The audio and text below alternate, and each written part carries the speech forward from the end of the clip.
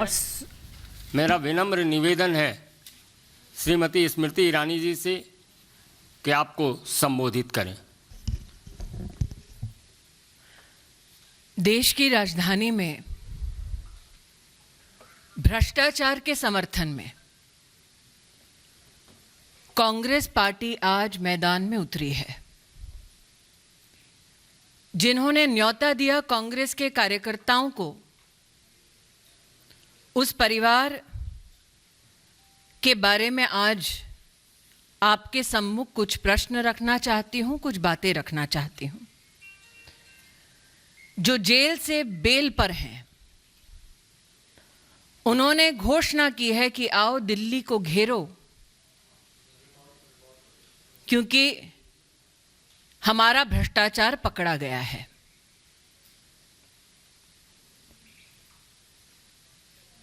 एक investigating agency पर दबाव डालने के लिए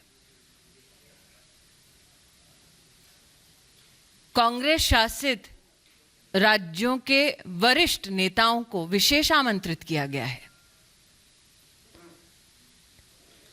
इन्वेस्टिगेटिव एजेंसी के ऊपर दबाव डालना खुलेआम, कांग्रेस की इस रणनीति को आप क्या नाम देंगे?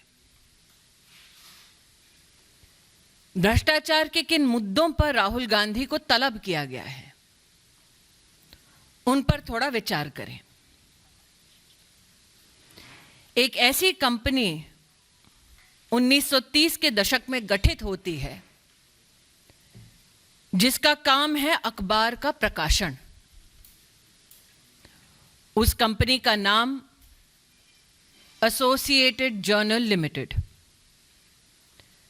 उस वक्त जिसके शेयर होल्डर थे 5000 से ज्यादा स्वतंत्रता सेनानी, और जिस पर अब कब्जा है गांधी खानदान का। जिस अखबार के प्रकाशन के लिए स्वतंत्रता सेनानी शेयर होल्डर सुनिश्चित की गए,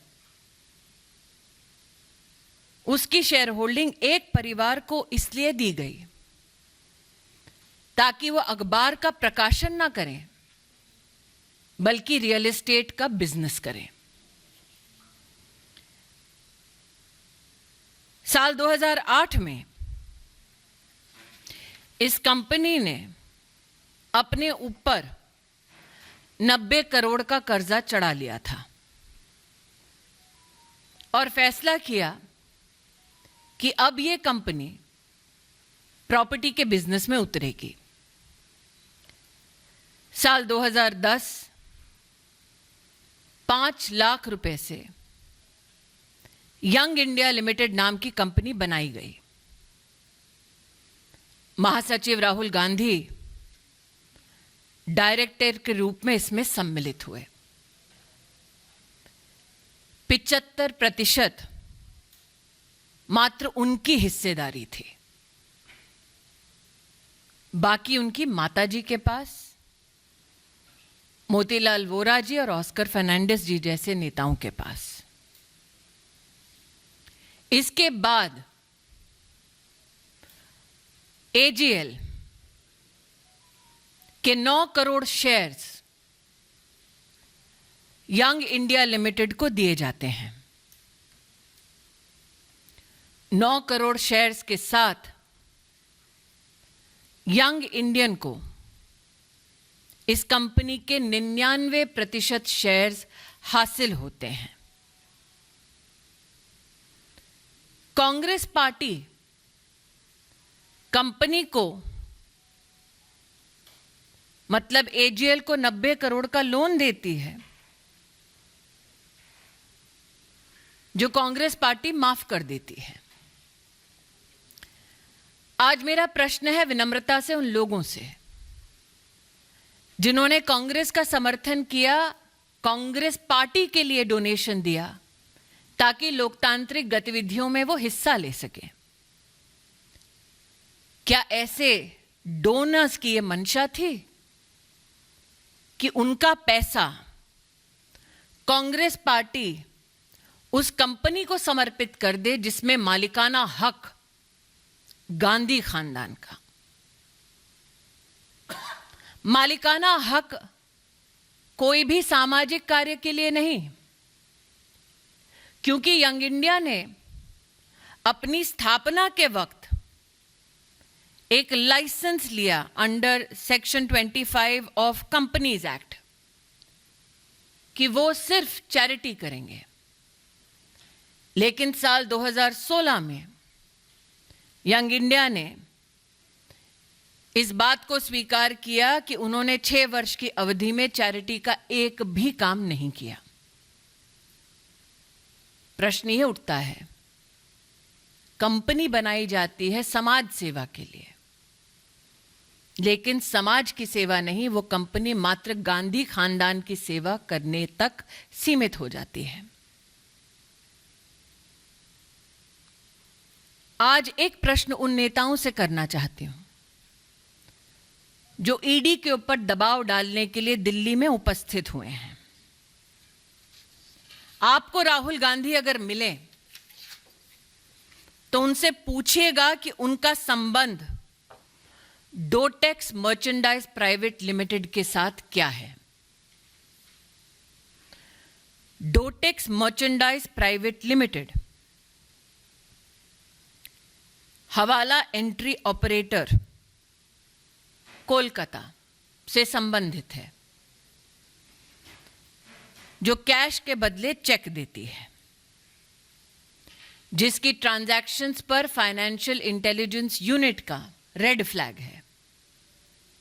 जो कांग्रेस के कार्यकर्ता आज दिल्ली में एकत्रित हुए हैं, वो राहुल गांधी जी से पूछिए कि गांधी खानदान का संबंध डोटेक्स मर्चेंडाइज प्राइवेट लिमिटेड से क्या है।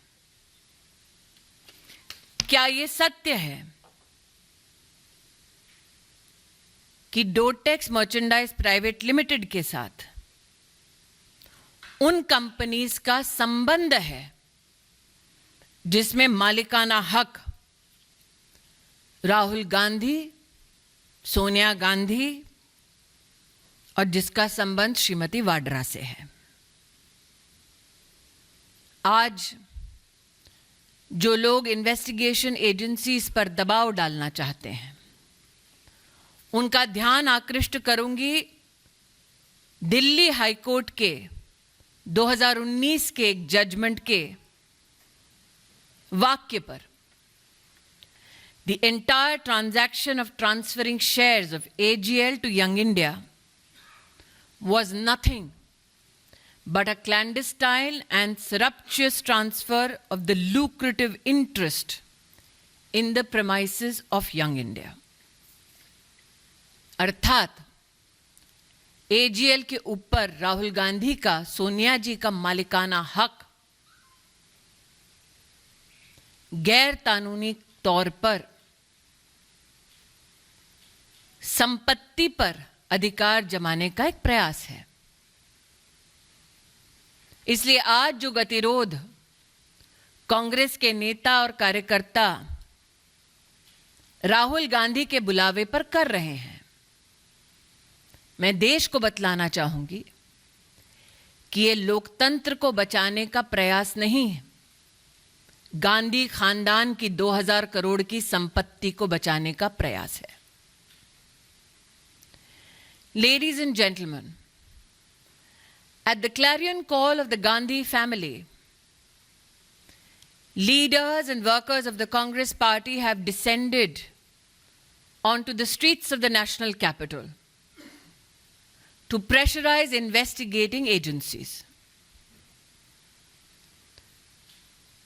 A gentleman who is out on bail seeks to pressurize an investigating agency which seeks to unravel the corruption of the Gandhi family. Never before has such a blatant attempt been made by one political family to hold investigative agencies to ransom. Never before has a political family been so desirous of protecting their ill-gotten gains as the Gandhi family. So the questions that I put forth to you for the consumption of citizens at large is this. In the 1930s, Associate Journal Limited was formed with 5,000 freedom fighters as shareholders. Today, a company that was to be run by freedom fighters has been usurped by the Gandhi family. It is projected that the intent of AGL was to publish newspapers. However, in 2008, it seems the company declared it shall no longer publish newspapers, but go into the business of real estate. It is publicly known that the Congress party has waived off a loan of 90 crores. The question humbly I ask of those who have possibly donated money to the Congress party so that democratic values in our country can be strengthened. Did you know that the Congress party, instead of utilizing that money for public gain and public service, utilized it to profit the Gandhi family? The fact that the Gandhi family had to invite people to protect their real estate interest and their profits speaks volume of their political character. There are a few questions that should be asked of Rahul Gandhi. Is it true